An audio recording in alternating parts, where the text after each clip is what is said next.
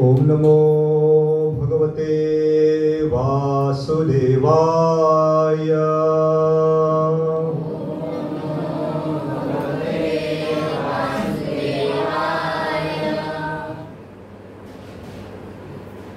ओम नमो भगवते वासुदेवाय।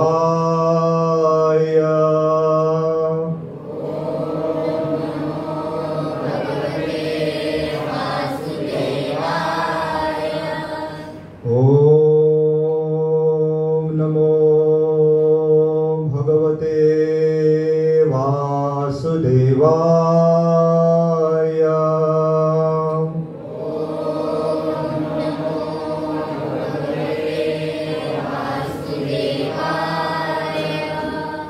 ओम ज्ञानतिमिरान्धस्य ज्ञानाञ्जनशलाकया चक्षुरुन्मिलितं येन तस्मै श्रीगुरुवे नमः। श्रीचैतन्यमनोभीष्टं स्थापितं येन भूतले स्वयं रूप कदा मह्यं ददाति सोपदान्तिकं। वन्देऽहं श्रीगुरो श्रीयुतापदकमलं श्रीगुरु वैष्णवां च श्रीरूपं साग्रजाता सहगणा रघुनाथान्वितां तं सजीवं साद्वैतं सावधूतं परिजनसहितं कृष्णचैतन्यदेवं श्रीराधा कृष्णपादान् सहगणा ललिता श्रीविशाखान्वितां च। नमो विष्णुपदाय कृष्णप्रेष्ठाय भूतले श्रीमते भक्तिवेदांत स्वामिनिति नामिने। नमस्ते सरस्वती देवे गौरवाणी प्रचारिणे निर्विशेष शून्यवादी वाचातलेशकारिणे। हे कृष्णा करुणा सिंधु दीनबंधु जगत्पते गोपेश गोपिकाकांत राधाकांत नमस्तुते। तप्त कांचन गौरांगी राधे वृंदावनेश्वरी वृषभानुसुते देवी प्रणमामि हरिप्रिये। पंचाकल्पतरुभ्यश्च कृपा सिन्धुभ्येव च पतितानां पावनेभ्यो वैष्णवेभ्यो नमो नमः। जय श्री कृष्ण चैतन्य प्रभु नित्यानंद श्री अद्वैत गदाधर श्रीवासादि गौर भक्त वृंद। हरे कृष्णा कृष्णा कृष्णा हरे हरे हरे राम राम राम हरे हरे। हरे कृष्णा। सारे भक्तों का हार्दिक स्वागत करते अंतर्राष्ट्रीय कृष्ण भावना में संघ संस्थापक आचार्य इष्टवांगे एससी भक्ति वेदांत स्वामी श्री प्रभुपाद की ओर से। शुरू करने से पहले मैं प्रश्न पूछना चाहता था, कोई है इस सभा में कौन असा का कोंकणी हिंदी कळाना कोई है जिसे हिंदी समझ में नहीं आता है? सबको आता है? तो कोंकणी बात करेंगे। शायद मैंने सुन दो माता जी से जिनको कोंकणी समझ में नहीं आता। कौन सी भाषा चाहिए? हिंदी, कोंकणी? हिंदी ज़्यादा अच्छा रहेगी, उनको भी हम सम्मिलित होकर कर सकते हैं। दूसरा और एक भी प्रश्न था, ये भी मुझे आग्रह किया गया था कि आज यहाँ पे GFS हमारे बच्चों के माता पिता भी आए, कोई है आए हैं, उपस्थित है गोपाल फ्रेंड्स स्कूल के हिंदियों के अहनुम। तो जो आज का हमारा जो विषय है, दो अलग भाग थे उसके, लेकिन मैं प्रयत्न करूंगा दोनों को समावेत एक साथ लेके जाने का। तो एक हमारे भक्तों के लिए ये खास करके जो महीना चल रहा है, ये पुस्तक वितरण के लिए बहुत मशहूर रहता है। इसे बुक मैराथन भी कहते हैं, भगवद गीता का हम वितरण भी करते हैं। लेकिन जो विषय हम यहाँ पे चर्चा करने वाले, वितरण से भी ज़्यादा पढ़ना, प्रभुपाद जी के पुस्तक पढ़ने के बारे में थोड़ी सी चर्चा करेंगे। और इसके साथ साथ हम दो गट जो है माताओं के और प्रभु जी से उनकी थोड़ी सी परस्पर, क्योंकि मैं अकेला ही नहीं बोलने वाला, थोड़ी हम आपसे भी राय लेने वाले बहुत सारे। हम शुरुआत करते हैं प्रभुपाद जी के एक सुंदर वाक्य, ऐसे हम कोट कहते हैं उसे, ये भक्तों के लिए, बाकी का आपको सुनो ना सुनो, ये पहले के 2-3 मिनट ध्यान से सुन सकते हैं, क्योंकि ये बहुत महत्व है। प्रभुपाद बहुत गहराई से तत्वों में बात करते हैं इसके बारे में। तो आसान भाषा में उनका है, तो कहते हैं, अंग्रेजी में उन्होंने लिखा है, if you distribute my books you will become happy. अगर आप मेरे पुस्तक वितरण करोगे तो क्या होगा, आप खुश रहोगे, संतुष्ट रहोगे। तो किन किन वक्तों को ये अनुभव है कि जब हम पुस्तक वितरण करते हैं, किसी को गीता, भागवत या सभी पुस्तक देते, तो एक अलग प्रकार का आनंद आता है कि वाह उसने ले लिया करके, वो पढ़ेगा, भक्त बने। है किसी को अनुभव ऐसा? आनंद, हंसमुख हंसते रहते। तो ये अलग प्रकार का आनंद है जो हम व्यक्त नहीं कर सकते। क्या खुशी प्राप्त होती है, ऐसा नहीं कि आपने 10 पुस्तक वितरण कर दिए, 100 रुपया आपकी जेब में आ गए, नहीं, कोई आपको 1 रुपया भी नहीं देता। उल्टा कहाँ जाना है तो आपकी जेब में से थोड़ा पेट्रोल के लिए खर्चा निकलना पड़ता है। तो क्या ये आनंद है कि हम किसी को देते हैं, ऐसे भगवान की किताबें, पुस्तक देते, भगवत गीता इत्यादि, वो आनंद प्राप्त होता है। तो प्रभुपाद कहते हैं कि निश्चित रूप से जो भी पुस्तक वितरण करता है उसे आनंद प्राप्त होता है, क्योंकि व्यक्तिगत स्तर पे आप प्रवचन भी सुनोगे या किसी से बात करोगे, कितना बता पाओगे? क्या एक बार मिलने से पूरे 700 श्लोक भगवत गीता के हम बता पाएंगे? संभव ही नहीं है। और सार भी बताने जाए, पहले तो लोग सुनने की तकरार में नहीं रहते, सुनते ही नहीं ध्यान से, और पूरा बताना इतना आसान नहीं। तो प्रभुपाद कहते तुम्हारे 2-3 मिनट से क्या होने वाला, उसे पुस्तक दे दो, कभी ना कभी घर में जाके वो पढ़ेगा और बाद में उसका जीवन क्या होगा, सफल हो जाएगा। तो इसलिए जो भक्त पुस्तक वितरण करते हैं उनको बहुत आनंद प्राप्त होता है। ये पहला भाग हमने बहुत बार इसका सुना रहेगा। वही कोड का दूसरा भाग है, छोटा सा है लेकिन गुगली जैसा है, ऐसा झटका देते हैं प्रभुपाद, सुन के भी आप हिल जाओगे। दूसरा भाग बहुत सरल है, if you read my books you will stay. वितरण किया तो खुश रहोगे, लेकिन स्वयं पढ़ोगे तो रुकोगे इस संस्था में। तो कितना महत्व है कि हमें स्वयं पुस्तक वितरण करना और उसके साथ साथ स्वयं पढ़ना भी चाहिए। तो पढ़ेंगे, अगर किसी ने पूछ लिया इसमें क्या है, करके नहीं तुम्हारे लिए अच्छा है, पढ़ो पढ़ो करके, लेकिन हमने पढ़ा है तो बता सकते इसमें ये है करके। उसने कोई प्रश्न पूछा तो भी उत्तर दे सकते। यहाँ आते आते इसलिए राधेश्याम प्रभु जी का मैं बहुत सुंदर प्रवचन सुन रहा था गाड़ी में, बहुत एक सुंदर बात कहते हैं कि इस्कॉन में जो सुविधा है, बहुत सारी संस्था में ये सुविधा नहीं है। वो सुविधा है कि जो भी प्रवक्ता रहते, जो प्रवचन करते हैं, जो भी वरिष्ठ वक्ता, उनसे जाके आप प्रश्न पूछ सकते हो। यहाँ हम खुलेआम कहते हैं कोई प्रश्न है तो पूछो करके। इसका मतलब ये नहीं कि हमें सारे उत्तर मालूम है, जितना हमें मालूम है उतना बताएंगे, अगर मालूम नहीं हमारे वरिष्ठों से पूछ के बताएंगे। तो ये केवल इस्कॉन में प्राप्त होता है। बहुत कम संस्था में ऐसी सुविधा रहती है जहाँ पे आप प्रश्न लेके जाके पूछ सकते हो, या आपने कुछ पढ़ा बाद में समझ में नहीं आया आपको तो भी पूछ सकते हो। तो बहुत बड़ी सुविधा है। तो हमें प्रभुपाद जी से कृतज्ञ होना चाहिए, उनके जो वरिष्ठ शिष्य हैं उनको हमें धन्यवाद व्यक्त करना चाहिए कि ऐसी संस्था बनाई जहाँ पे सिखाते भी है अध्यात्म के बारे में, लेकिन कोई समस्या या कुछ समझ में नहीं आता तो उसका हल भी देते। नहीं तो कभी कभी हम बोल के जा सकते कथा, लेकिन सामने वाले को कितना समझ में आया वो भी देखना बहुत आवश्यक है। तो ये हो गया पहला भाग। तो प्रभुपाद की पुस्तक पढ़ना की आवश्यक है कि हमारी भक्ति की जो नींव है, बुनियाद जो है, बहुत मजबूत बनेगी। जैसे अगर कोई घर कार्य काम बांधने के लिए देख रहा है तो घर की जो बुनियाद रहती है हमेशा शक्तिशाली होनी चाहिए। अगर कोई 10 इमारत बांध रहा और नीचे जो बुनियाद है, उनकी नींव है, बहुत ऊपर ऊपर से, तो बांध तो लेगा और जैसे ही लोग रहने आएंगे सारे लोग धूम गिर जाएंगे। उसी तरह से हम बड़े बड़े तत्व सिद्धांत लेके ऊपर ऊपर बिल्डिंग या हमारे इमारतें बांधेंगे, ये प्रभुपाद की पुस्तक का जो बुनियादी ज्ञान नहीं है तो हमारी जो बड़ी बड़ी इमारतें वो भी गिर जाएंगी। तो मैं प्रभुपाद जी के 4 सिद्धांत के बारे में थोड़ा मैं बताऊंगा। मैं 3 बताता हूँ, देखते हैं चौथा अगर किसी को याद आता है तो। प्रभुपाद जब कहते हैं कि पुस्तक के बारे में कहते हैं बुक्स आर द बेसिक्स। जो पुस्तक है क्या है, हमारा बुनियादी है, हमारी नींव है, बुनियाद है करके ऐसे, ये पहला। दूसरा कहते हैं प्यूरिटी इज द फोर्स। शक्ति कहाँ से मिलती है हमें कुछ करने के लिए? शुद्धता। अगर हम नियमों का पालन करें, अच्छी तरह से माला करें तो प्यूरिटी इज द फोर्स। तीसरा प्रचार के बारे में प्रभुपाद कहते हैं प्रीचिंग इज द एसेंस। सुना है कोर्स? प्रचार ही क्या है? सार है करके। चौथा किसी को याद है? प्रभुपाद किसके संबंध में कहते? 4 कहते।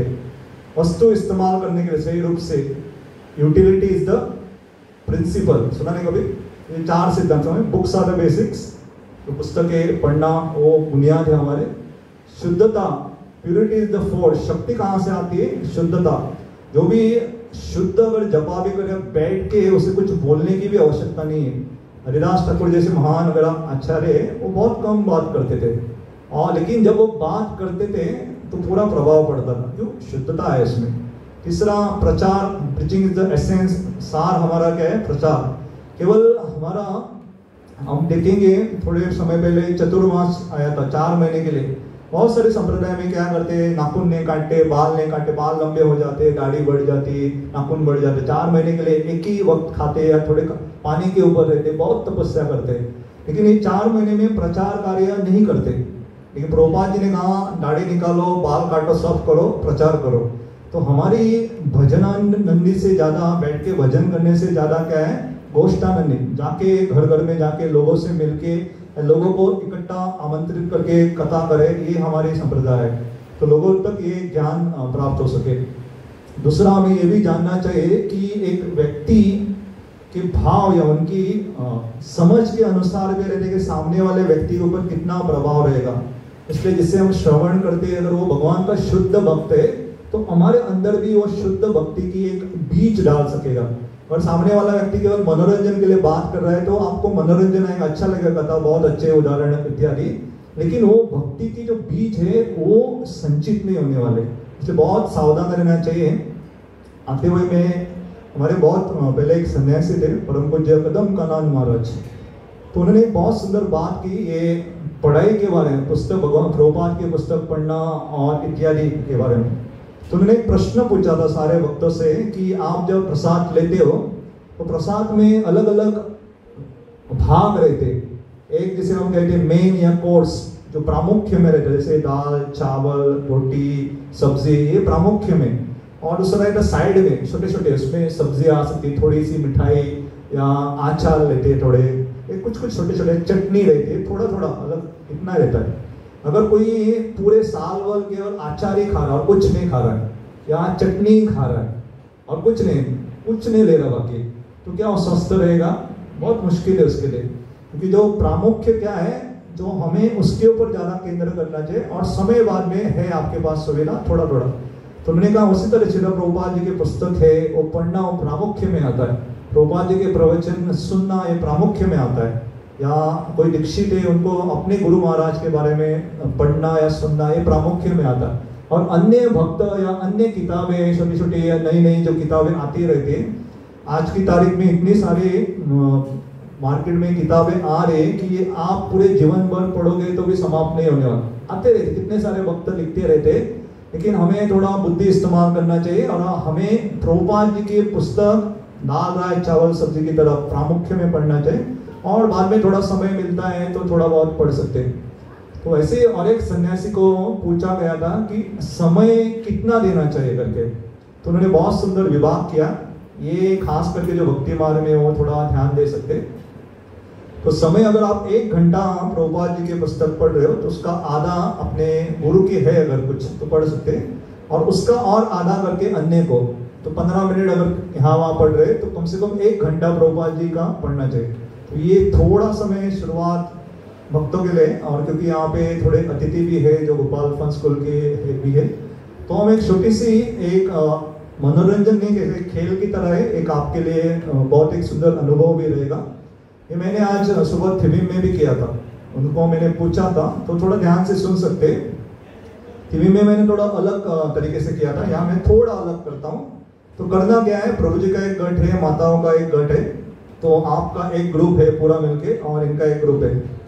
तो शास्त्र में से ऐसी लीला या ऐसे गुण जो आपको पसंद आए, ऐसे भक्त कह सकते हैं, खास करके गुण के बारे में जो बच्चों के संबंध में, जिसे माता पिता या वरिष्ठ बच्चों को सिखाना चाहते हैं, या उनके संबंध में अगर ऐसे कोई गुण आपको शास्त्र के सिद्धांत में कुछ अच्छे लगे, मैं आपको जस्ट उदाहरण देता हूँ ताकि आप समझ सके मैं क्या कहना चाह रहा हूँ करके। ऐसे ध्रुव महाराज की माँ ने उनको बहुत सुंदर संस्कार दिए थे। एक मैं उदाहरण दे रहा कि वो गुस्सा हुए थे अपने पिता से, माँ के पास जब वो आते हैं तो माँ उसको सही मार्गदर्शन करती है कि गुस्सा थूक लो करके, क्योंकि आपके जो पिता हैं मुझे भी इतना कदर नहीं करते, तो लेकिन भगवान जो है हजारों करोड़ों माँ से भी ज्यादा प्रेम करते, तो अगर कुछ चाहिए आपको तो भगवान के पास जाओ करके। तो ऐसे कोई अगर आपको याद आ रहे कोई माता पिता, उन्होंने अपने बच्चे को सही मार्गदर्शन दिया और उसके लिए बाद में उनके बच्चे महान भक्त बन गए। मैंने ध्रुव महाराज का एक उदाहरण दे दिया। माताओं को और कोई याद आ रहा है, छोटा बच्चा या बड़े बच्चे भी कोई है, उनको माता या पिता ने अच्छा मार्गदर्शन दिया, बाद में बहुत बड़े भक्त बन गए। जोर से कह सकते हैं आप कुछ तो कह रहे हैं, थोड़ा आवाज बढ़ा सकते हैं। हाँ, प्रहलाद महाराज के संबंध में कौन आए थे? उनके गुरु कह सकते हैं, नारद मुनि। बहुत सुंदर। नारद मुनि ने क्या किया था, उनकी माँ को तो कह रहे थे, लेकिन उसकी गर्भ में प्रहलाद महाराज भी सुन रहे थे।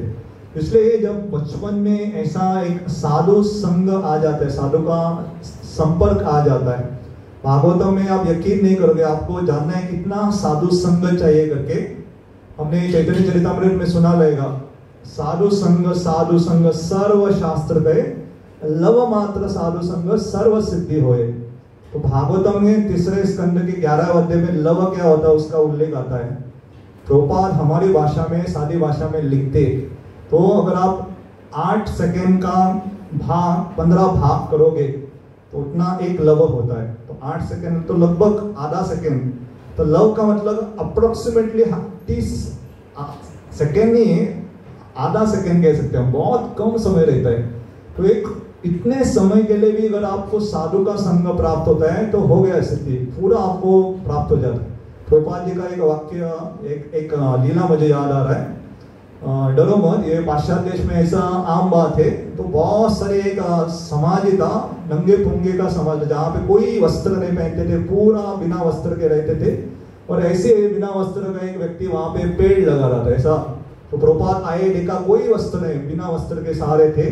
प्रभुपाद जी ने पूछा क्या कर रहे हो करके, तो उन्होंने कहा मैं पेड़ लगा रहा हूँ करके। तो प्रभुपाद जी ने कहा पेड़ के बारे में नहीं पूछना, जीवन के साथ क्या कर रहे हो।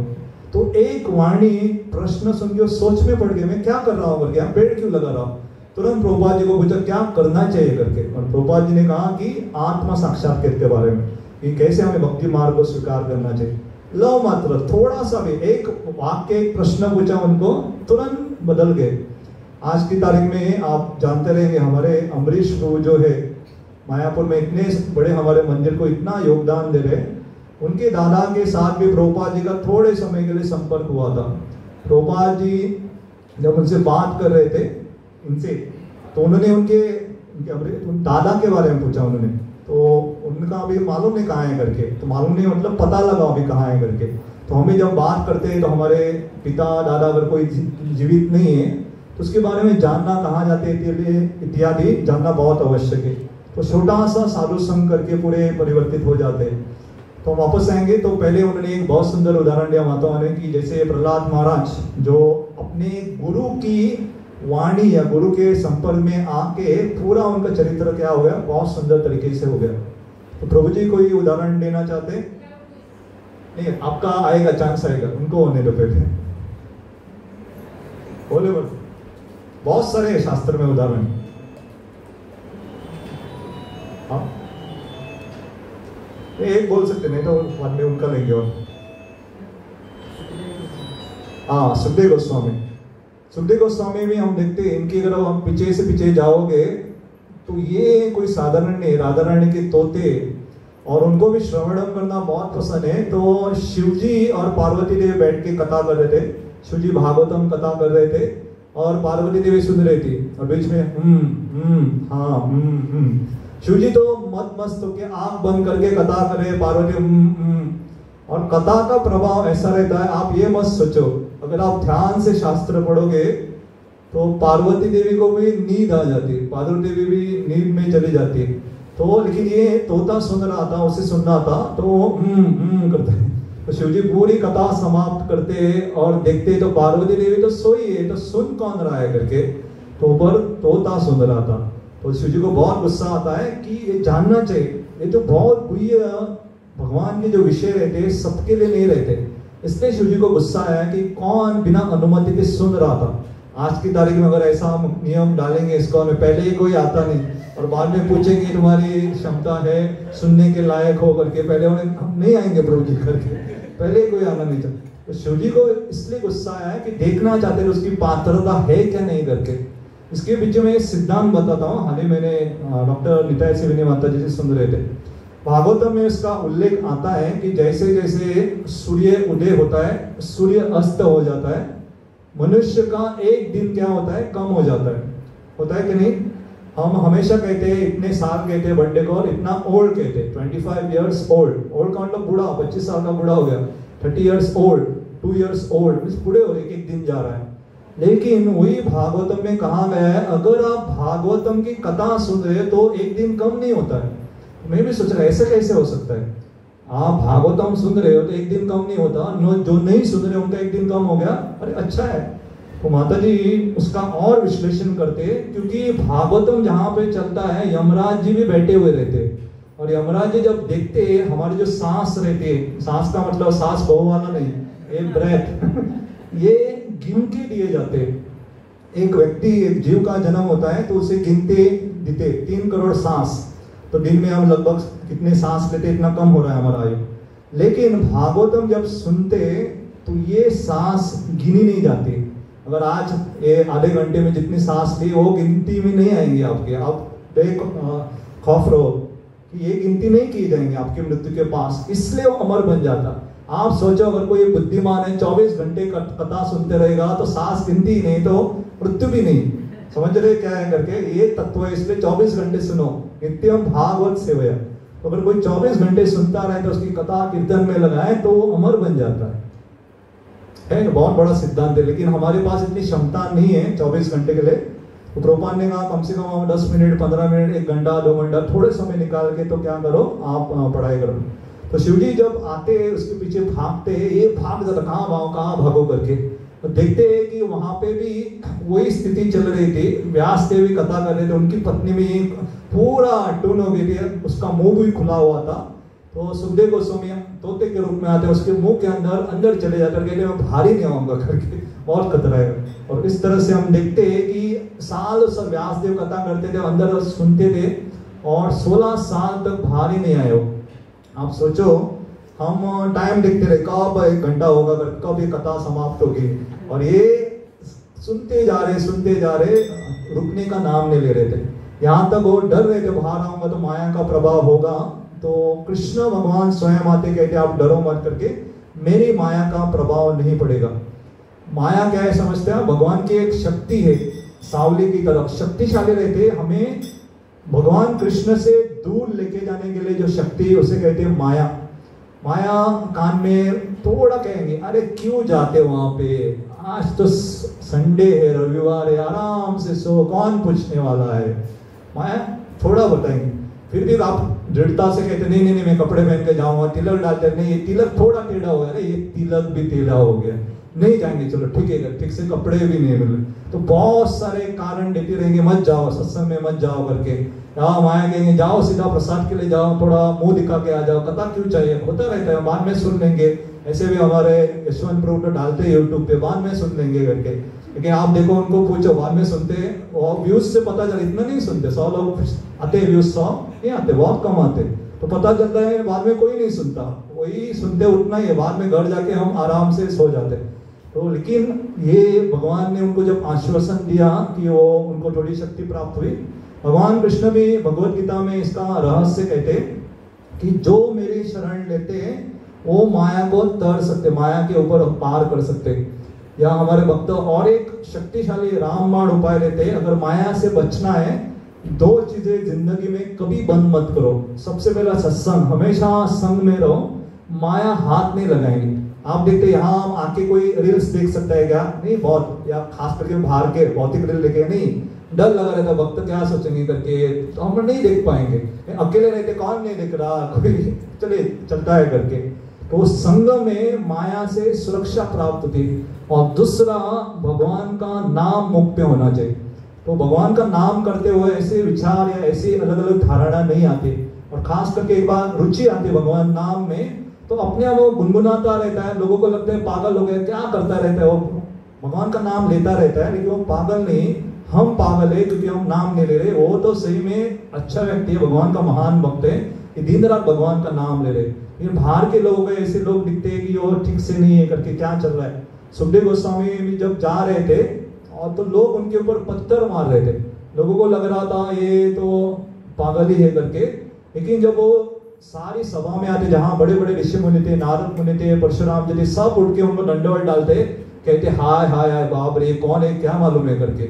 आप सोचो यहाँ पे कोई आ जाता है और सारे उठ के दंडवत, मैं भी उठ के दंडवत, तो सोचेंगे कौन है, कौन आ गया करके। ऐसी स्थिति हो गई थी क्योंकि वो आए ही थे। तो भगवान कृष्ण की याचना से बाहर आते हैं और एक क्षण के लिए भी नहीं रुकते, तुरंत निकल पड़ते। तो ये है भागवतम की शक्ति। तो उन्होंने सुना था, लेकिन शुरुआत में क्या था, उनको ब्रह्मवाद का प्रभाव था।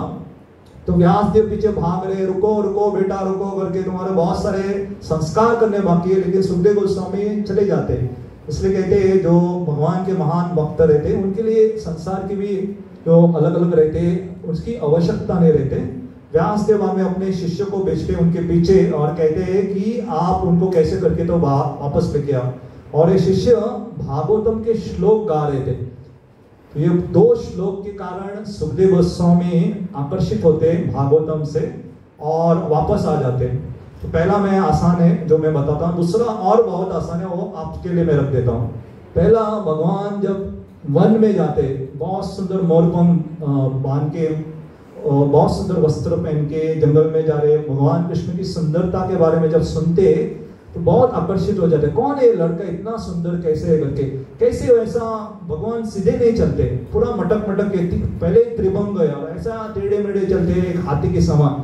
तो ये दृश्य सुन के आकर्षित हो जाते। तो कहते इतना सुंदर व्यक्ति तो है, लेकिन सुंदरता के साथ भी अगर पता चले कि व्यक्ति बहुत दयालु है तो और आकर्षण निर्माण होता है। तो दया के संबंध में और एक श्लोक का उल्लेख करते। तो इसका संबंध आता है एक राक्षसी से। तो सबसे पहले भगवान कृष्ण ने मारा था, कौन सा समझ में, कौन है, पूतना।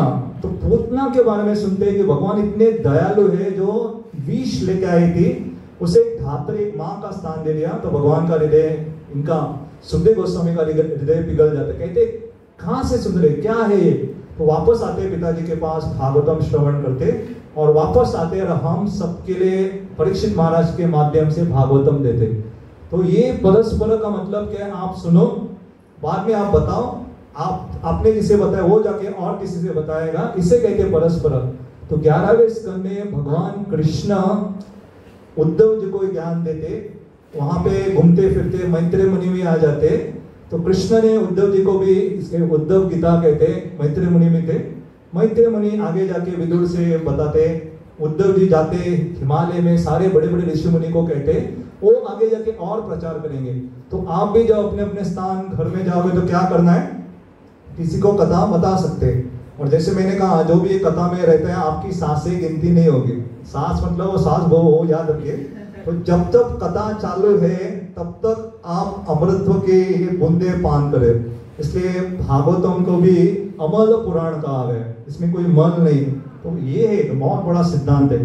लेकिन हमारे पास इतनी क्षमता नहीं कि 24 घंटे तक हम श्रवण करें या बात कर सके। इसलिए जितना हो सके, प्रभुपाद जी ने नियम डाला कि हर मंदिर में सुबह उठ के क्या होता है, भागवत की कथा होती, और शाम के समय पहले मंदिरों में भगवत गीता चर्चा करते थे। लेकिन क्योंकि अलग अलग स्थिति जगह देख के अलग अलग विषयों की शाम के समय सत्संग रहता है। तो 2 भक्त की हुई, प्रहलाद महाराज, सुखदेव गोस्वामी। अभी माताओं ने मुझे लगता है पहले ही बोल दिया था लव कुश के बारे में। तो लव कुश के बारे में भी आप देखेंगे, उनकी बहुत सुंदर तरीके से परवरिश हुई। उनका सौभाग्य क्या था कि माँ ने भी परवरिश की, सीता माता ने, लेकिन साथ साथ उनको एक बहुत उत्कृष्ट गुरु भी मिले। तो उनको दोनों तरफ से ये उनको लाभ प्राप्त हुआ था। तो वाल्मीकि महर्षि के आश्रम में उनका जन्म हुआ था। तो हम देखते हैं कि वाल्मीकि मुनि ने जब ये रामायण की रचना की, और पहले के समय आप देखिए इतना उनका बुद्धि तीव्र था, 24,000 श्लोक सब याद थे उनको, सब उन्होंने अपने मस्तक में ये निर्माण किए। और बाद में ढूंढ रहे थे किसे बताऊं, किसे बताऊं, इतना अगर मैं या कोई भी हमें बुला देते आओ करके, आपको 24,000 श्लोक बताना है, बाद में याद करो वो श्लोक और सबको बताओ करके। 24,000 छोड़ो, हम 24 श्लोक यहाँ उल्लेख करेंगे तो 24 में से 2-3 ही याद आएगा, बाकी हम भूल जाएंगे। और पहली बार अगर सुना है तो भी याद रखना बहुत मुश्किल है। तो ढूंढ रहे थे कौन ऐसा पात्र रहेगा जिसे मैं सारे 24,000 श्लोक बता सकता हूँ ताकि उनका प्रचार हो करे करके। और उन्होंने देखा छोटे छोटे बच्चे भाग रहे अपने आश्रम में, तो वो थे लव कुश।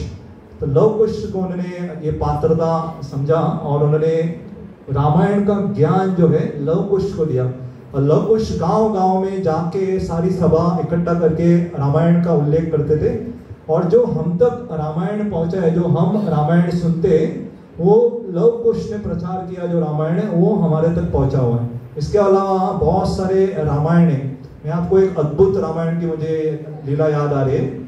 शिव जी को भी एक रामायण दिया गया था जिसमें 24,000 श्लोक नहीं थे, 100 करोड़ श्लोक थे। तो शिव जी तो महान है, इतने सारे श्लोक को भी कंठस्थ कर सकते, इकट्ठा रख सकते, लेकिन शिव जी दयालु थे, कहने लगे इतने सारे श्लोक लेके मैं क्या करूंगा करके।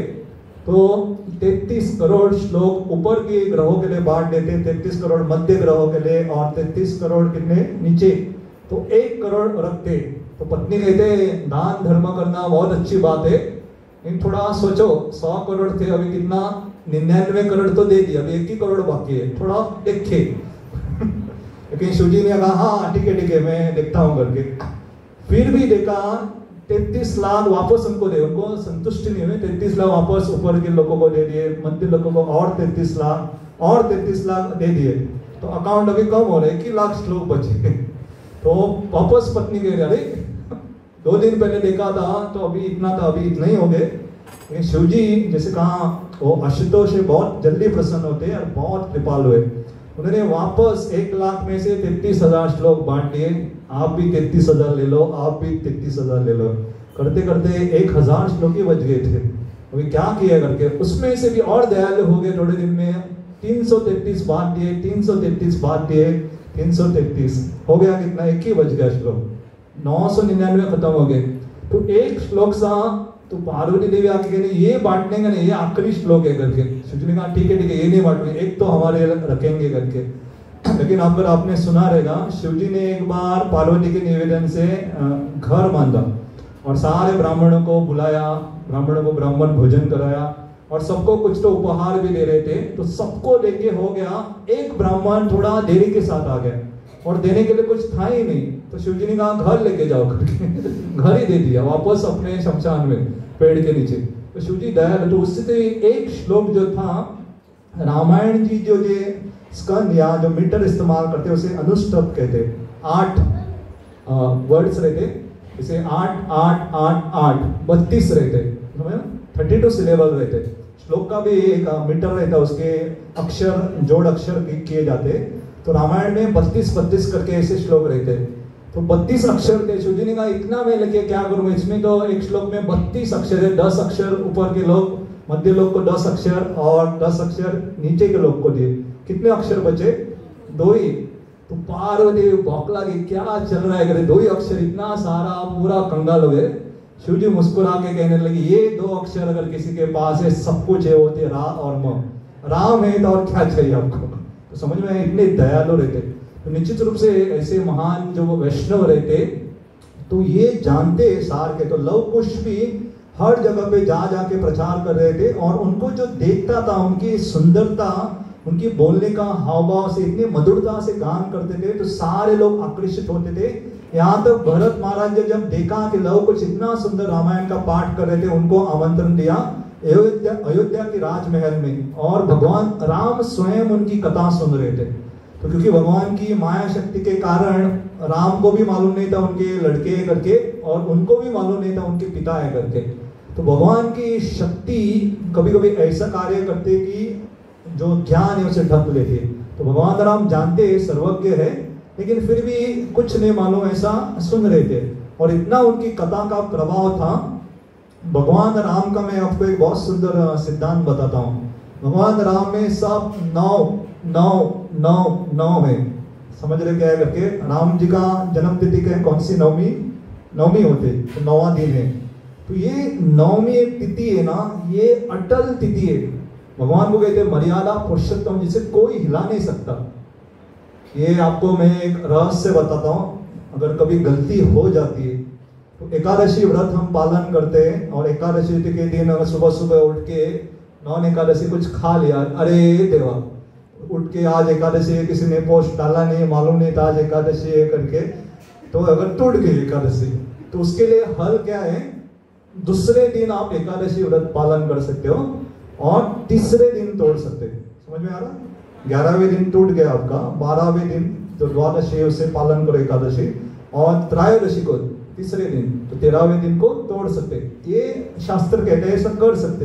कभी कभी ऐसा नहीं रोज कर देगा, 11वें दिन अच्छा नहीं आज है संडे, मंदिरों को नहीं कर सकता। ऐसा नहीं कि आज मंदिर में संडे आया एकादशी, चलो ठीक है करके कल करो एकादशी, नहीं। कभी कभी टूट जाते तो नियम ठीक है, तो ये नियम साधारण है। तो उसी तरह से अगर अलग अलग भक्त रहते, अलग अलग दिन का भी उपवास करते दूसरे जगह पे, तो अगर कोई 12वें दिन का उपवास है छूट गया तो 13वें दिन करके 14वें दिन तोड़ सकते, ये नॉर्मल नियम है। लेकिन ये सारी तिथि हमारी जो रहती है, आप देखेंगे अमावस्या से लेकर पूर्णिमा तक सबको ये पालन होता है। क्योंकि अगर आपने चतुर्दशी चौथा दिन है उसे तोड़ दिया तो 5वें दिन पालन करो, 6ठे दिन तोड़ो। लेकिन 9वें दिन का अगर टूट गया है ना, तो क्या करोगे आप? 10वें दिन पालन करोगे। 10वें दिन पालन कर सकते हैं, लेकिन तोड़ने के लिए कौन सा दिन आता है? 11वां दिन, और 11वां दिन है एकादशी। तो एकादशी को आप तोड़ ही नहीं पाओगे। तो लॉजिक समझ में आ रहा है? 9वें दिन का अगर छूट गया आपका तिथि उपवास करना, तो 10वें दिन करोगे ऐसा कोई सोचता है, तो तोड़ने के लिए बाद में आपको चाहिए 11वां दिन। तो 11वें दिन क्योंकि एकादशी है नहीं कर पाओगे, तो राम कहते हैं कि मेरी तिथि है तो उपवास उसी दिन करो, दूसरे दिन नहीं चलता है। तो इसमें भी मर्यादा है। तो अगर कोई गणित शास्त्र जानते हैं तो ये समझेंगे। भगवान कृष्ण थोड़ा अलग है। भगवान कृष्ण आते, राधा रानी आते, अष्टमी को आते 8-8 करके, और चैतन्य महाप्रभु जब उनके यहाँ पे हम लिखते एकत्र होकर जब आते, वो पूर्णिमा को आते 8-8 मिलके, पूरा अष्टमी करके होती है पूर्णिमा। उसका भी एक बहुत सिद्धांत है, जो उन्होंने नक्षत्र भी स्वीकार किया। ऐसा नक्षत्र भगवान राम स्वीकार करते दोपहर के समय। हम देखते हैं बहुत सारे अवतार जब आते हैं, कभी कभी नए भक्त को बहुत गुस्सा आता है, ये शाम को इनको आना था क्या, इतना पूरा दिन भर उपवास करना पड़ता है। और भगवान कृष्ण तो थोड़ा हटके, रात के 12 बजे तो उपवास करो, आए रात के 12 बजे तो पूरे दिन भर उपवास करो कहते। लेकिन भगवान राम कहते नहीं, बहुत कृपालु है, दोपहर के 12 बजे तक ही करो करके। लेकिन ये थोड़ा सा है। तो लव कुश के बारे में भी हमने ये किया। आता हूँ तो प्रभु जी से हम लेंगे। और कोई कहना चाहता है? आखिरी में मैं 2 जोड़ूंगा, आपसे मैं सुनना चाहता था। और कोई किसके बारे में कहना चाहता है? ये तरफ से या पीछे? चैतन्य महाप्रभु। चैतन्य महाप्रभु के माता पिता बहुत सुंदर उनको संस्कार दिए। इनका एक सिद्धांत था, उनके माता पिता का, उनकी चैतन्य महाप्रभु जन्म से पहले ना आप देखोगे उनकी 8 पुत्रियां हुई थी। तो 8 पुत्रियां का देहांत हो गया था, और बाद में विश्वरूप आते हैं, और बाद में विश्वम्भर जो चैतन्य महाप्रभु है। तो उनके माता पिता ने अपनी सेवा कभी भी कम नहीं की। हम कभी कभी भगवान को हम कुछ मांगते हैं ना, और भगवान देते नहीं, समझे, तो हम कहते हैं क्या ये भगवान दे ही नहीं रहा, कितने साल हो गए, चलो दूसरे से देखते, और कोई बाबा या और कोई भगवान देते तो देखते। उन्होंने ऐसा नहीं किया, उन्होंने पूरा निष्ठा के साथ भगवान की सेवा कर रहे थे। उल्टा जब विश्वम्भर का ये विश्वरूप उनके बड़े भाई का जन्म हुआ, उन्होंने सेवा बढ़ाई। पहले अगर 4 व्यंजन का भोग लगाते थे, उन्होंने बढ़ा के 6 व्यंजन के और बढ़ाए।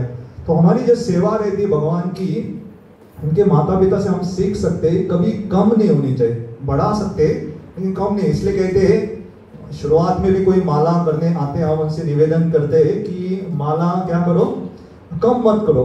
आपके हिसाब से अगर आपको 1 हो रहा है 1 ले लो, 2 हो रहा है 2 करो, 3 हो रहा है 3, उससे कम मत जाओ करके। क्योंकि भगवान की जो सेवा है हमेशा बढ़ती रहनी चाहिए, कम नहीं होना चाहिए। जितना होता है उतना तक हम करना चाहिए। तो चैतन्य महाप्रभु के माता पिता ने बहुत सुंदर सिद्धांत दिया।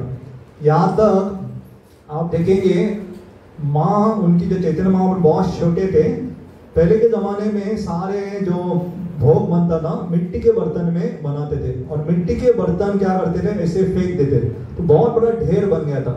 तो निमाय जब वो खेल रहे थे इसमें, और निमाय तत्व भी बता क्या है, सब मिट्टी है, हमें भी मिट्टी में जाना है वापस करके। तो बहुत सारे ऐसे तड़पाव कहते कि हम आए ही जमीन से, मिट्टी से आए, तो बाद में मिट्टी में जाना है करके। तो माँ बहुत गुस्सा हुई, किसने सिखाया आपको ये करके? तो माँ ने उस तत्व को तोड़ डाला। तो माँ ने, ये चैतन्य महाप्रभु ने जो अचिंत्य भेद अभेद तत्व दिया है कि भगवान से हम एक भी है लेकिन भगवान से अभिन्न भी है, ये उनकी माँ ने बचपन से उनको सिखाया था। क्योंकि आप यहाँ बाजू में आपका समुद्र है, समुद्र से एक उदाहरण आप सीख सकते हैं। बाल्टी भर के समुद्र का पानी लाके यहाँ रख दिया, तो पानी जो बाल्टी में है और समुद्र का पानी एक है या अलग है? कौन कहता है एक है? समझ में आया क्या पूछा? बाल्टी भर के मैं आपके मॉर्जिन समुद्र से, ओशन से पानी लेके आया, यहाँ रखा, तो बाल्टी में जो पानी है समुद्र का, वो पानी एक ही है क्या अलग है? कौन कहता है ये एक, और कौन कहता है अलग? एक ही है, अलग नहीं है। ओके, तो और कौन तीसरा? दोनों है, कौन कहने वाला ऐसे है? 1 2 3, ये दोनों कहते हैं, दोनों है। क्योंकि एक कैसे होता है, क्वालिटी या गुण। कि मैं ओशनोग्राफी से हूँ, है ना, बहुत हमने साल बर्बाद किए वहाँ पे बहुत पढ़ाई की वहाँ पे। तो ऑक्सीजन छोड़ के जो ना आप देखोगे वो बदलेगा, क्योंकि छोटे पानी में, रो पानी में ऑक्सीजन लेवल बदल जाता है, बाकी जो तत्व रहते हैं वो नहीं बदलने वाले। ज़्यादातर 80-85% सारा पानी जो और एक ही रहेगा। तो गुण से दृष्टि से देखेंगे दोनों पानी है, तो ये रह गया क्वालिटी। लेकिन क्वांटिटी समझते, संख्या। बाल्टी के पानी से हम एक को भिगा सकते हैं, लेकिन समुद्र के पानी से पूरा समुद्र का पानी सबको एक साथ भिगा सकते हैं। समुद्र पानी क्या है, बड़ा है और ये छोटा है। तो वैसे ही आत्मा और भगवान में भी अंतर रहता है कि आत्मा छोटी है, भगवान के समान है, लेकिन भगवान बड़े हैं। भगवान को विभु कहते हैं, बड़ा, और हमें अनु, छोटा। तो सेम है लेकिन फिर भी अलग है। क्योंकि अभी बहुत जगह पे शादियों का मौसम चल रहा है, तो आपको ये में उसका एक माताओं के पसंद आएगा उदाहरण में उस हिसाब से देता हूँ। आपके हाथ में सोने का एक कंगन छोटा सा है, और जो सोने की खान है, खान समझते, बहुत सोना, हजारों किलो सोना है, क्या एक ही है क्या? आपका एक छोटा सा कंगन और करोड़ करोड़ का इतना खान एक ही नहीं है। वो तत्व, उसमें भी सोना है छोटा सा, वो भी वही है, लेकिन उसकी संख्या ज्यादा है। अगर इतना लाएंगे तो पुलिस आ जाएंगे, तो कहाँ से लाए, पूछेंगे नाना प्रकार के प्रश्न। तो समझ में आ रहा है, गुण एक है, ये सोना हमारे आपके भी नहीं, इसमें भी बहुत कुछ कुछ मिला देते। 24 कैरेट नहीं रहता, वो आते आते 17, 18, 19, 20 हो जाता है। और शुद्धता है, कभी कभी 22, कभी कभी, क्योंकि 24 आप पहनोगे तो बहुत ये रहता, सॉफ्ट है, टूट जाने के बहुत ये रहते। अब 24 पहन में थोड़ा तो मिश्रण करना पड़ता है। तो ये एक उदाहरण भी देते हैं प्रभुपाद की, सोने की खान है और छोटा सोने का टुकड़ा है, हमारा कंगन इत्यादि, एक भी है और अलग। तो ये ज्ञान किसने दिया उनको? माँ ने। इसलिए कहते हैं माता पिता सबसे बड़े गुरु रहते हैं। तो मैं एक सिद्धांत, ये सुन के आप डरो मत, ये नारद मुनि के वाक्य है। तो नारद मुनि एक सुंदर बात कहते हैं। पहली बार मैंने जब पढ़ा ये नारद मुनि की बात, तो मैं भी डर गया था, ऐसा कैसे बोल सकते करके। और उसका संबंध बाद में इतने सालों में बाद पता चलता है कहाँ पे संबंध है करके। तो आपने बहुत बार सुना रहेगा कि माता पिता को भगवान का एक प्रतिनिधि, भगवान के स्थान पे इनको मान दिया जाता है। गुरु को भी भगवान का प्रतिनिधि कहते हैं, गुरु को भी भगवान का स्थान प्राप्त होता है। इसके पीछे कारण क्या है? माता पिता या गुरु उनको भगवान के साथ, उनको प्रतिनिधि के रूप में पूछते हैं। बहुत बड़ा सिद्धांत है, इसके बारे में नारद मुनि बताते हैं। तो नारद मुनि क्या कहते हैं कि कोई भी अगर सोच रहा है कि विवाह करूंगा और संतान उत्पत्ति करूंगा, तो ऐसे माता पिता को जब तक यकीन ना हो कि अपने बच्चों को भगवान का भक्त न बना सके, संतान उत्पन्न मत करो। या कोई सोच रहा है मैं शिष्य स्वीकार करूंगा, तो ऐसे गुरु को अगर यकीन नहीं हो कि मैं शिष्य को भगवत धाम भेज सकता हूँ, उनको भक्ति में लगा सकता हूँ, शिष्य स्वीकार मत करो। इसलिए हम देखते बहुत सारे गुरु जैसे लोकनाथ गोस्वामी इत्यादि शिष्य स्वीकार नहीं कर रहे थे, नम्रता के कारण एक ही शिष्य स्वीकार किया, नरोत्तम दास ठाकुर। हम नित्य गौर किशोर दास बाबा जी, हमारे इतने बड़े बाबा जी, शिष्य स्वीकार नहीं कर रहे थे, एक ही शिष्य स्वीकार किया, भक्ति सिद्धांत सरस्वती ठाकुर। तो नारद मुनि क्या कहते हैं, अगर माता पिता की बहुत बड़ी जिम्मेदारी रहती है कि बच्चों को भगवान की भक्ति में लगाए। एक जीव जो हमारे परिवार में आया है, इस भव सागर से बाहर निकलने के लिए उसे योगदान दो, उसको सुविधा दे दो। हर एक बच्चा भक्त बनेगा ये जरूरी नहीं है, लेकिन माता पिता सुविधा दे सकते हैं। और उसी तरह से गुरु का भी कर्तव्य रहता है कि ऐसा नहीं कि हर शिष्य जो है, हम तो कभी कभी दीक्षा ले लेते, वचन भी देते और बाद में सिनेमा घर में बैठे और देखते कोई देख तो नहीं रहा है करके, वो गुरु को थोड़ी हर जगह आएंगे। तो ये गुरु का कर्तव्य है कि आपको सुविधा देना, मंत्र देना। तो जब तक गुरु को यकीन ना हो, नारद मुनि क्या कहते हैं, शिष्य मत स्वीकार करो। और माता पिताओं को भी कहते हैं कि आप बच्चे उत्पन्न मत करो अगर भक्ति में नहीं लगा सकते। लेकिन निश्चित रूप से इसका मतलब ऐसा भी नहीं कि बच्चे उत्पन्न नहीं करने चाहिए। एक जीव को संधि दे सकते हैं, क्योंकि इतने सारे भटकते हुए जीव है। एक माता पिता अगर भक्त के परिवार में आ जाता है एक जीव, तो उनको बचपन से भक्ति करने का एक सौभाग्य प्राप्त होता है। मैं आज हमारे भक्त नहीं है, लेकिन रिकॉर्डिंग और फिर भी उनका नाम नहीं लूंगा, लेकिन मैं जस्ट एक उदाहरण देता हूँ। जो हम कभी आरती देते हैं ना, तो आरती देने के नियम भी रहते हैं। आमतौर पे जब आरती किसी को अर्पण करते हैं तो शुरुआत सबसे वरिष्ठ से की जाती है आमतौर पे। तो हम प्रभुपाद को सबसे पहले आरती देते हैं। बाद में नियम के अनुसार कैसे होना चाहिए, जो वरिष्ठ सबसे, उसके बाद प्रभुपाद के वरिष्ठ उन्हें नहीं दिखाने चाहिए, ऐसा करते हैं। लेकिन इतने सारे भक्त आते, कहाँ ढूंढते बैठोगे, पूछेंगे आप इसके बाद कौन वरिष्ठ कौन है करके, तीसरा आओ चौथा आओ करके। इसलिए हम क्या करते हैं, एक तरफ से शुरू करते हैं, एक साइड से, और बाद में दूसरे साइड तक जाते हैं। तो आज हमारे दिख रहे थे, हमारे भक्त एक आए प्रभुपाद जी के जी, और बाद में मेरे पास आए थे, क्योंकि गलती से मैं ही वरिष्ठ था वहां पे लेकिन बाद में वो दूसरी तरफ गए। लेकिन मैं मन ही मन सोच रहा था, मैं वरिष्ठ नहीं था वहां पे, क्योंकि मेरे से भी वरिष्ठ एक वहां पे छोटा लड़का था जो बचपन से, जन्म से ही भक्त है। तो मैं तो, मुझे इतना छोटा सा हूँ, बचपन से उनकी भक्ति है। तो आयु में मुझसे बहुत कम है वो, लेकिन सही में भक्ति के दृष्टिकोण से देखेंगे वो बहुत वरिष्ठ है मुझसे। तो हमें जानना चाहिए, ये सिद्धांत ऐसा पालन नहीं करते, पालन हम एक तरफ से शुरू करके, नहीं तो कल ऐसा आओ दूसरा कौन है वरिष्ठ, आओ यहाँ आरती ले लो, तीसरा कौन है, ऐसा नहीं करते। लेकिन ऐसा नियम रहता है, लेकिन बाद में बंद किया, क्योंकि कहाँ ढूंढते बैठोगे, यहाँ अभी आप 50-100 लोगों में कहाँ ढूंढते जाओ कौन वरिष्ठ है करके। ये भी एक सिद्धांत है। तो ये भी हम चैतन्य महाप्रभु के माता पिता ने उनको बहुत सुंदर ये परवरिश दी, और ये परवरिश के कारण चैतन्य महाप्रभु आगे जाके इतने बहुत अच्छी तरह से निपुण किया है। ये थोड़े से मुझे लगता है 4 आपने सहयोग दिया, और आखिरी के 2 मैं स्वयं मैंने कुछ सोच के आया था, मैं थोड़ा और बताऊं। तो मेरे पसंदीदा माता पिताओं में विशेष करके मुझे सुमित्रा देवी आती है। तो ये रामायण की किसकी माँ है सुमित्रा देवी? लक्ष्मण की, और एक ही बेटा है शत्रुघ्न। तो कौशल्य देवी के पुत्र है भगवान राम, कैकेयी के पुत्र है भरत, लेकिन सुमित्रा देवी के 2 पुत्र है। तो उनकी चेतना के बारे में थोड़ा देखेंगे, क्या उनकी सोच है करके। उनका जो परिवार है ना, अलग ही है। आपने सुना लक्ष्मण की पत्नी का नाम क्या है? उर्मिला। उर्मिला जी इतनी दिव्य स्तर पे है कि वहां पे पति ने कहा कि मैं सोऊंगा ही नहीं करके, रात भर भगवान राम की मैं सेवा करूंगा। तो यहाँ पे पत्नी ने कहा आपकी नींद मुझे दे दो, मैं आपकी तरफ से सो लेती हूँ करके। तो वहां पे वो पूरे 14 साल जागे थे, और ये यहाँ पे 14 साल लगभग सो रही थी, लेकिन सेवा की भावना से। हमें बहुत अच्छा लगा, मुझे भी प्रभु जी सेवा दे दो, मैं आपके लिए 10 घंटा सोता हूँ करके। ये सेवा सबको पसंद है, लेकिन उर्मिला देवी का ये उनकी ऐसी नहीं थी। जब लक्ष्मण जी ने जा रहे थे भगवान राम के पास, लक्ष्मण जी ने अपनी माँ से और पत्नी से पूछा भी नहीं। इतना समर्पण है भगवान राम के प्रति कि राम जा रहे तो पूछा भी नहीं, मैं भी चला, जहाँ रहेंगे राम वहां मैं भी रहूंगा करके। लेकिन आगे जाके जब गुआ की लक्ष्मण जी की बात हो रही थी, तो गुआ लक्ष्मण एक बात करते कि ऐसा आपका चल रहा था, आपने ये पूछा इत्यादि नहीं करके अपने। तो वो जानते थे कि उनकी जो माँ है पूरी समर्पित है करके।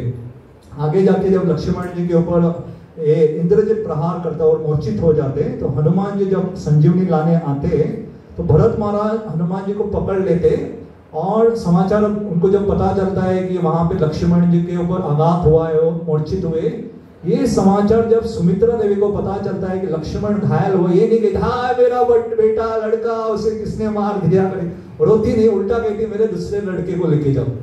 अगर लक्ष्मण जीवित भी नहीं होता है, दूसरे लड़के को लेके जाओ, वो राम की सेवा करेंगे। तो उन्होंने अपने दोनों पुत्र को, एक पुत्र दिया राम की सेवा में लक्ष्मण, दूसरे लड़के को दिया भरत की सेवा में।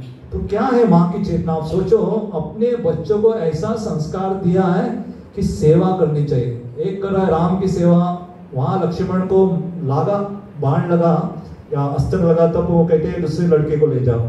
तो ये माता पिता के संस्कार के कारण ना बच्चों में इतनी उबड़ की सेवा की भावना आती। कैसे लक्ष्मण इतना त्याग कर पाया, क्योंकि माँ में ऐसा था।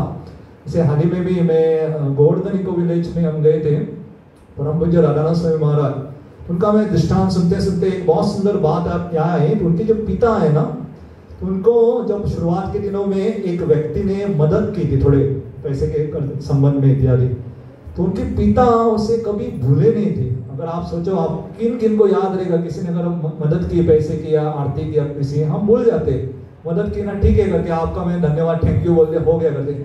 वो बार बार जब उनसे मिलते थे, उनके परिवार के साथ संबंध रखा, उनसे भेंट देते थे, जिंदगी भर वो मदद को नहीं भूले। इसे कहते कृतज्ञता। आज की तारीख में कलयुग में लोग आज का दिन आज ही भूल जाते, शाम तक डकार मार के भूल के किसने मदद की करके, और बाद में पूछते कहाँ मदद की करके। ये सबसे बड़ा प्रश्न है। ये बहुत कटु सत्य है, बहुत सारे लोगों को ये अनुभव हुआ रहेगा।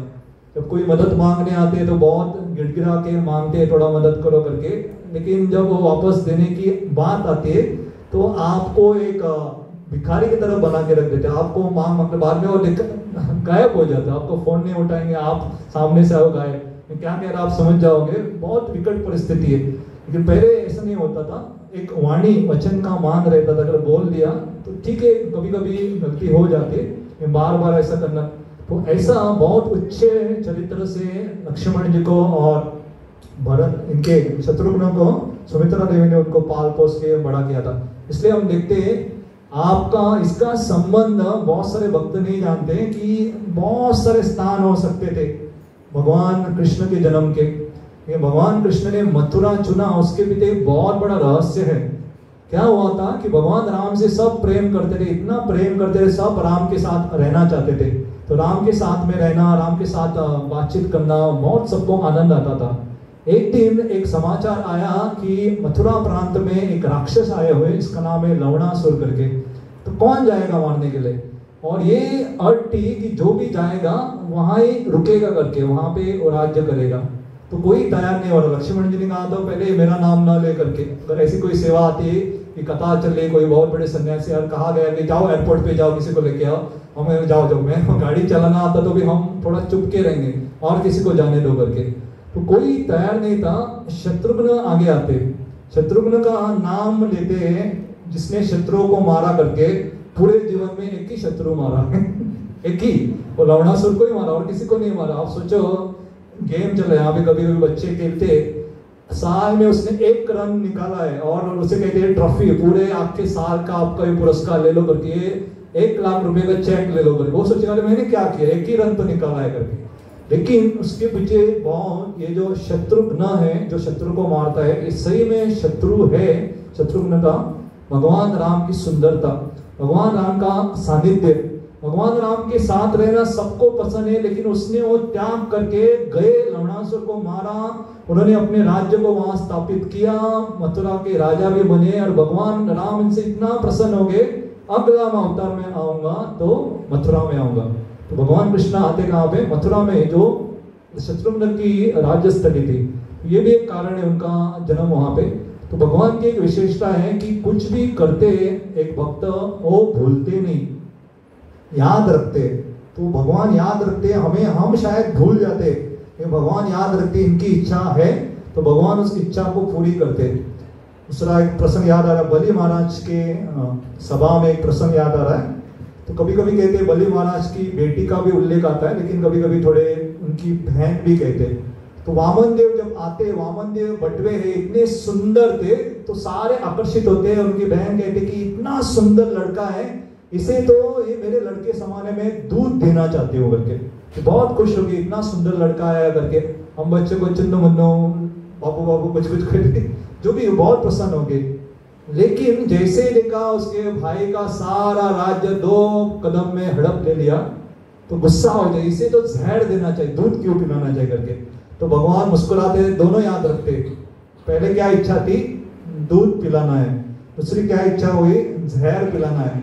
भगवान कह रहे ठीक है, दोनों पिलाओ करके। और भगवान के अवतार जब कृष्ण के रूप में आते हैं तो आती है पूतना के रूप में। पहले क्या रहती है?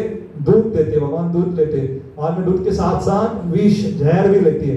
भगवान कहते हैं मैं और एक बोनस देता हूँ, प्राणी लेते थे, वो भगवान से मार देते, उद्धार करते। लेकिन उनके शरीर से अगरू की खुशबू आई थी। अगर आप अगरू सुना है किसी ने, बहुत सुंदर उसका खुशबू आता है, एक सेंट रहता है, जैसे हम भगवान को भी अत्तर के रूप में इसे अर्पण करते। तो जब पूतना को जलाया गया था, इतने सारे पाप भी, लेकिन उसका शरीर से अगरू की खुशबू आ रही, क्योंकि भगवान ने उसका दूध पिया, विष भी पिया और उसके प्राण भी हल लिए, और उनको एक धात्री का स्थान दिया। धात्री का मतलब सही में जब माँ नहीं है तो वो दूध भी पिला सकती है, ये है धात्री का स्थान।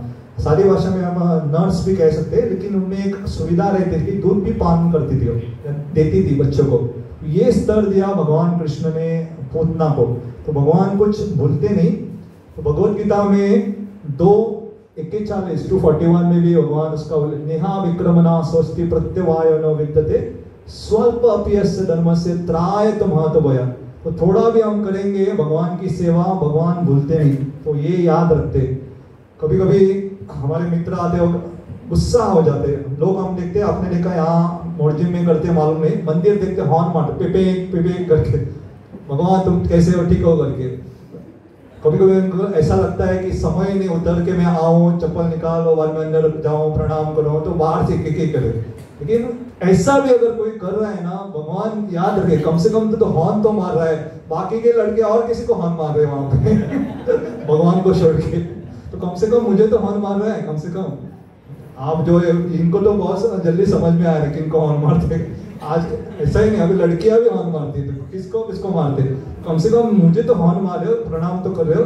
प्रणाम रहता है, जब प्रणाम की बात आती है, शास्त्र कहते हैं अष्टांग प्रणाम लेना चाहिए। ठीक है, अष्टांग मतलब 8 इससे हमारे शरीर के जमीन को लगने चाहिए पूरे, या दंडवत के जैसे हाथ फैला के, पूरा पांव फैला के, ऐसा करके। अभी थोड़ा और ऊपर आ गए, ऐसा ही आधा ही ऐसा ही हाथ करके प्रणाम, ऐसा ही करते, इतना ही प्रणाम होता है। तो क्या भगवान वो नहीं देखेंगे? तो बहुत सारे लोग कुछ करते नहीं, कम से कम ये तो कर रहा है, आज ऐसा ऐसा कर रहा है, बाद में थोड़ा ऐसा करेगा, बाद में झुकते नहीं, क्योंकि बहुत सारे वक्तों में भी कमर का दर्द होता है, इसलिए हम गलत नहीं समझ रहे हैं। बहुत सारे ऐसे हाथ लगा के ऐसा करते हैं, क्योंकि हम उनकी परेशानी नहीं समझते, उनको झुकने में कभी कभी तकलीफ होती है। मैं भी देखता है, एक हमारे भक्त आते थे, कभी नीचे झुकते प्रणाम नहीं करते, ऐसा ही करते थे। मैं समझे कौन सा नया प्रणाम आया, बाद में पता चला उसका कमर दर्द था। तो भगवान को मन में वो पूरा प्रणाम करते, या कम से कम आप जब कर रहे हो तो आप मन में पूरा साष्टांग करो, लेकिन अगर नहीं होना तो ऐसा झुक के भी ऐसा भी कर सकते। तो भगवान का नाम है सारग्राही, भगवान सार देखते, बहुत आवश्यक है। और दूसरा आखिरी में मैं एक छोटा सा एक उदाहरण देंगे। ये उदाहरण महाभारत का सबसे बढ़िया उदाहरण है, जो द्रोणाचार्य के और सारे जो बच्चे थे कौरवों के और पांडव, उनके बीच में हुआ था। ये बच्चों को बहुत पसंद आता है उदाहरण। उन्होंने एक छोटा सा पक्षी रखा था जो, और उन्होंने कहा था, पूछ रहे थे अलग अलग कौरव को पूछ रहे थे, पांडव को पूछ रहे क्या दिखाई दे रहा है करके। तो सबसे पहले भीम आता है। तो भीम तो पहले सबसे पहले कहाँ खाने की वस्तु ही दिखाई देती है, तो दिख रहा है, बोले पेड़ दिखाई दे रहा है, पक्षी भी दिखाई दे रहा है, वहां पे आम भी दिखाई दे रहे, सब दिखाई दे रहे, आप भी दिखा रहे गुरु जी बोलते।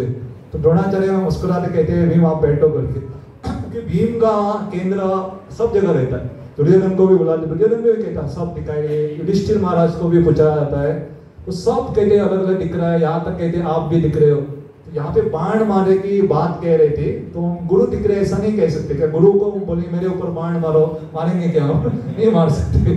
तो फिर आप भी दिखाई दे रहे हो करके। लेकिन अर्जुन को जब पूछा जाता है कि आपको क्या दिखाई दे रहा है, अर्जुन को पूछते हैं कि आपको पक्षी दिखाई दे रहा है, अर्जुन कहते हैं ना, मुझे पक्षी भी नहीं दिखाई दे रहा है, पक्षी का केवल आग दिखाई दे रहा है। तो क्या केंद्र है उनका, फोकस जिसे हम अंग्रेजी में कहते हैं, कि पक्षी भी नहीं दिखाई दे रहा था, आप सोचो हमें पक्षी माला लेके बैठते, पक्षी छोड़ो सब यहाँ मच्छर भी घूम रहे तो भी दिखाई देते, घूम घूम करके जाते, या कोई यहाँ पे कुछ हलचल हुई तो चले जाते। यहाँ समझो प्रवचन कथा सुनते, कोई आ जाता है यहाँ भोग लेके, समझो हम देखते क्या थाली में क्या लेके आया, आज क्या है प्रसाद में, सब ध्यान चला जाता है। कथा जाने दो, सबसे बड़ी कथा है पेट, इसलिए कहते हैं पहले फोटोबा बाद में विठोबा तो ध्यान चला जाता। लेकिन अर्जुन को क्या दिख रहा, आंख। ये कहना बहुत आसान है, जब गुरु ने कहा निशाना साधो करके मारो तो अर्जुन ने मारा, हम कहेंगे आंख दिखाई, लेकिन निशाना कहाँ, वहां अलग ही ऐसा नहीं गया, सीधा आंख पे मारा। तो इससे कहते हैं फोकस, या पूरे केंद्र में रह के कार्य करना। तो उसी तरह से जो बच्चे भी बहुत बढ़ रहे, माता पिता का भी कर्तव्य है कि उनकी कौशलता को पहचानो और उनकी कौशलता को सराह के आप उनको योग्य दिशा में लगाने की बहुत बड़ी जिम्मेदारी है। आपको यहाँ पे मैंने बताया कि नहीं, लेकिन फिर भी अगर बताया फिर से बताता हूँ आपको। ये सुन के मुझे बहुत प्रेरणा प्राप्त होती है, माता पिताओं के लिए बहुत बड़ी प्रेरणा प्राप्त होती है। एक भौतिक उदाहरण है लेकिन बड़ी सीख है। कुंभ मेला में मैंने सुना बहुत सारे भक्त गए रहेंगे। कौन कौन गए कुंभ मेला में? जब हुआ था अभी प्रयागराज में, बहुत सारे भक्त गए। तो अगर आप नहीं भी गए हो तो कथा सुन सकते। तो वहां पे एक लड़का है, इसका डॉक्यूमेंट्री भी आया है। ये इतना बुद्धिमान था, 20 साल में, बहुत छोटा लड़का है। तो क्या किया उन्होंने, बहुत होशियार था, बिजनेसमैन। तो छोटे छोटे बॉटल उन्होंने बनाए, उसमें ये त्रिवेणी संगम का पानी भरा, एक छोटी वेबसाइट बनाई और वेबसाइट पे डाला कि कौन विदेश में रह रहे जो आपके बड़े माता पिता है जिनको आना संभव नहीं है, घर बैठे थोड़ा पैसा देके ये पानी में आपके घर भेजूंगा करके। तो थोड़ा पैसा लेते थे, कुरियर चार्जेस, और अपना थोड़ा निकाल के ऐसे कर करके आप यकीन नहीं करोगे उन्होंने केवल 45 दिन में कितना कमाया। गैस कर सकते हैं? सुना है किसी ने इसके बारे में? कितना कमाया रहेगा उन्होंने 45 दिन में? 1 लाख, 2 लाख, करोड़, कितना? किसे कितना लगता है? गैस? 1 करोड़? 3 करोड़। और वो कह रहा है और मुझे आजीवन काम करने की आवश्यकता ही नहीं। तो सोचो उनकी माता पिता ने उनको कौशल दिया कि सराह, ऐसा नहीं मत समझो करके। जैसे मेरे एक मित्र थे, उनको उनके माता पिता थोड़ा एक करते थे, क्या है फोटो निकालता रहता है करके। अभी एक फोटो मारने के लिए 1 लाख ले रहा है। आप सोचो क्या है करके। तो आप ऐसा मत सोचो कि अगर कोई किसी में उनको चुनाव है, उनको अच्छा लग रहा है वो कर रहे, तो ऐसा कमाना आज बहुत बड़ी बात नहीं है।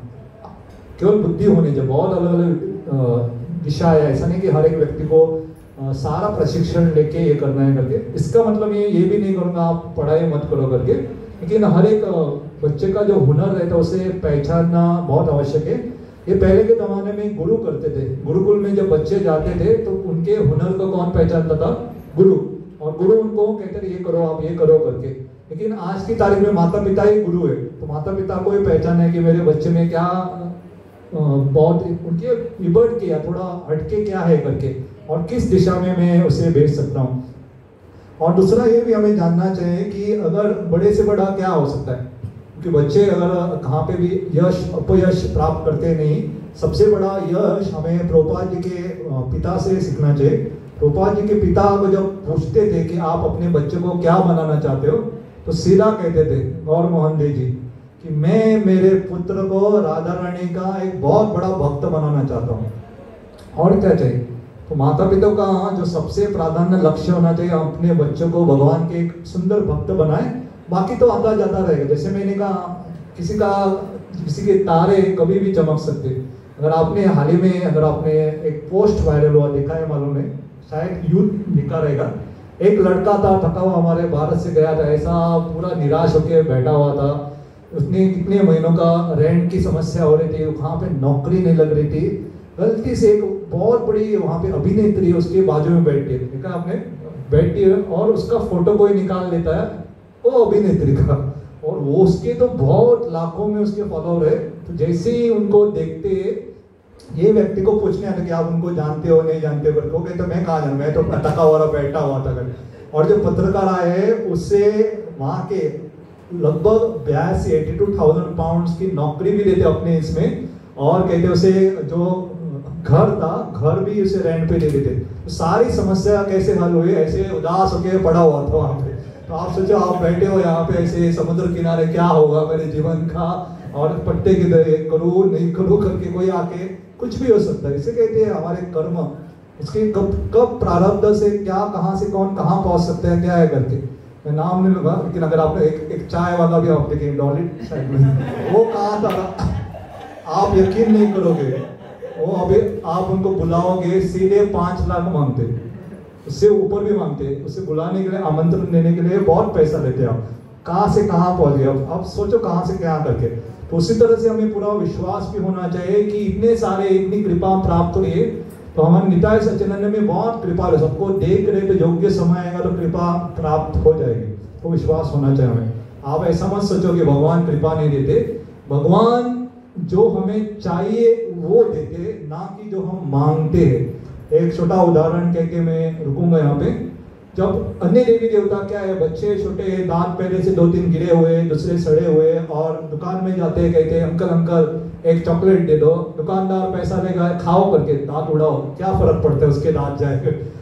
लेकिन माता पिता के पास जाएंगे तो देखेंगे पहले दांत सड़े हुए, और मत खाओ बेटा, आपके में और कुछ सत्व या और कुछ बनाता हो करके, ताकि आपके दांत भी सुरक्षित और आपको पौष्टिक आहार भी प्राप्त हो। वो है भगवान, जो हमें चाहिए वो ही देंगे। और उनको लग रहा है कि हम भक्ति से दूर जाएंगे तो वो नहीं देते, लेकिन अगर उनको लग रहा है कि भक्ति में उनकी प्रगति होंगे तो भगवान देते। आप सोचो, युधिष्ठिर महाराज भी एक समय पे, उनके पास भी राज्य नहीं, भगवान ने उनको राज्य नहीं दिया क्या, इतना बड़ा महाभारत रचाया भगवान ने युधिष्ठिर महाराज को राजा बनाने के लिए। तो भगवान कुछ भी कर सकते, तो हमें केवल विश्वास होना चाहिए। इतना तो विश्वास रखना चाहिए कि भगवान के घर में देर है अंधेर नहीं। निश्चित रूप से भगवान हमें देख रहे और भगवान हमारी मदद भी करेंगे, और उनकी भी इच्छा है हमसे ज्यादा कि हम उनके पास आए।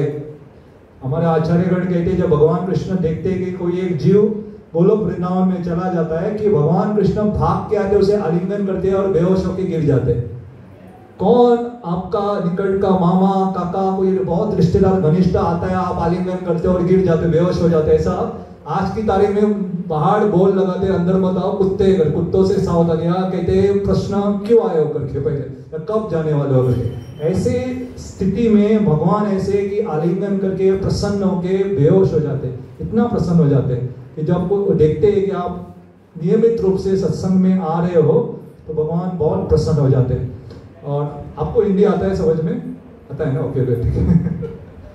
हरे कृष्ण। तो हम रुकेंगे यहाँ पे। धन्यवाद व्यक्त करता हूँ, आपने बहुत दृढ़ता से सुना, इतने बड़े, मुझे लगता है मोर्जे में आके इतना लंबा कथा मैं कभी करता नहीं आमतौर पे, बहुत लगभग 40 मिनट के ऊपर। लेकिन आपकी दृढ़ता देख के, आपका ये विश्वास देख के, आपकी भक्ति देख के प्रेरणा प्राप्त होते। तो बहुत बहुत धन्यवाद। तो अभी अगला पड़ाव, बहुत सारे कार्यक्रम बाकी है, तो अगले पड़ाव में जाएंगे। प्रभुपाद जी की, अनंत कोटि वैष्णव वृंद की जय।